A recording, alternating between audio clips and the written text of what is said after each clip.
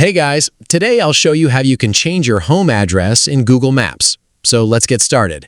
First, open Google Maps on your phone. Once the app is open, tap You at the bottom of the screen. This will take you to your recent places, saved locations, and lists. Now, scroll down through your saved places until you find More. Tap on it and then select Labeled. Here, you'll see the locations you've saved with labels, including Home and Work, if you've already set them up. To change your home address, find Home and tap the three dots next to it. You'll see options such as Remove Home or Edit Home. Select Edit Home, and you can now enter your new address in the search bar. You can also choose the location directly from the map if that's easier. Once you've selected the correct location, tap Done to save the changes.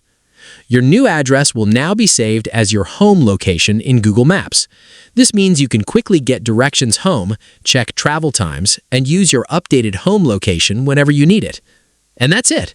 That's how you can easily change your home address in Google Maps. If you found this video helpful, consider giving it a like and subscribe.